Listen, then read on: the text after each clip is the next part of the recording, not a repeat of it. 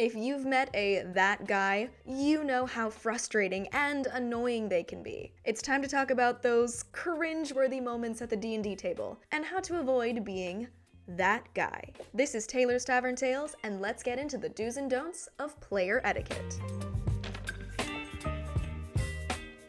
Now, if you've played D&D before, or any other TTRPG, I think it's fairly safe to say that you've probably encountered a that guy. First off, what is a that guy? A that guy is kind of a slang term for a problem player. It's just a player that constantly causes problems, like trying to seduce all of the NPCs, hogging all the DM's attention with their wild schemes, or just constantly causing inter-party drama. A that guy is not something you want to be. So first up on our list of don'ts, hogging the spotlight, aka main character syndrome. Hey, we get it. You've got an awesome backstory and killer one-liners. But let's remember that D&D is a collaborative storytelling game, and everyone needs their time to shine. Not just the bard who's been trying to seduce the dragon for the last 5 turns, or the rogue who's so edgy they think they can take on the whole dungeon by themselves.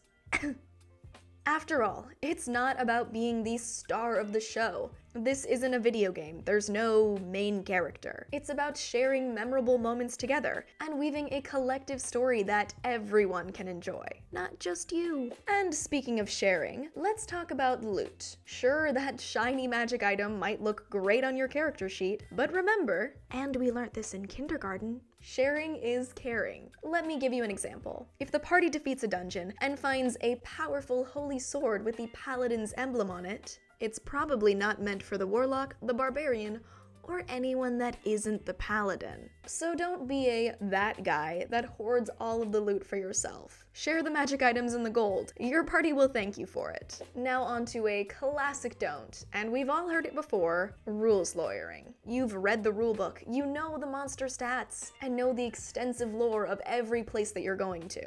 But constantly interrupting the DM to nitpick every little detail is a surefire way to kill the vibe, faster than a wizard casting fireball in a tiny wooden room. So unless you're the DM, sit back and let the game flow naturally. And by gosh, please give those poor DMs a break. And to round off the don'ts, let's talk about phones. We've all been there. A player so glued to their phone, their mind might as well be in the astral plane. Please consider putting the phone away and staying present in the game, because nothing is more annoying to the DM and your fellow party members than another player scrolling through social media while it's their turn on initiative. So unless it's urgent, put the phone away, okay? Now that we've covered all the don'ts, let's flip the script and talk about all the do's of player etiquette. The things that will make your DM love you and your other players adore you. So first on the do's list, and this should be fairly straightforward, respect your DM. The Dungeon Master is the storyteller,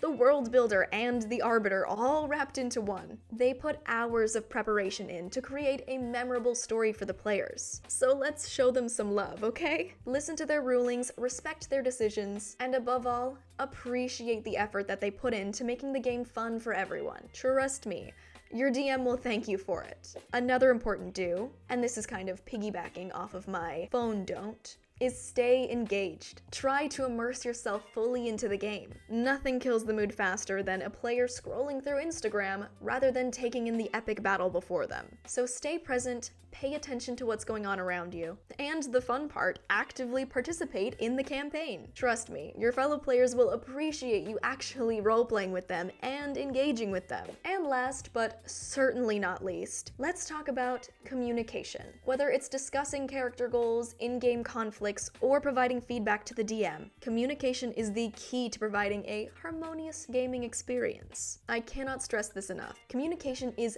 the most important thing in D&D, and in real life too. Sharing your boundaries and voicing your concerns, if anything at all is making you uncomfortable, is the most important thing to do. So don't be afraid to speak up and express your thoughts, and engage in an open and honest dialogue with your fellow players and the DM. If you can take anything away from this, remember D&D is about collaboration and communication. So let's make sure everyone's voice is heard. And there you have it, the basic do's and don'ts of player etiquette. Remember, we're all here to have fun, tell stories, and embark on awesome adventures. So let's lift each other up, respect each other's boundaries, and above all else, don't be that guy. Well, I think I'm gonna leave it here for now. Thank you so much for watching. Be sure to give me a like and subscribe, and turn on that post notification bell if you enjoyed. I will most definitely be making another one of these for DM etiquette. So if you're interested in that, be sure to stick around and join me in this community. And if you want to hear about a bunch of that, guys, check out my RPG Reddit horror story videos, where I read a bunch of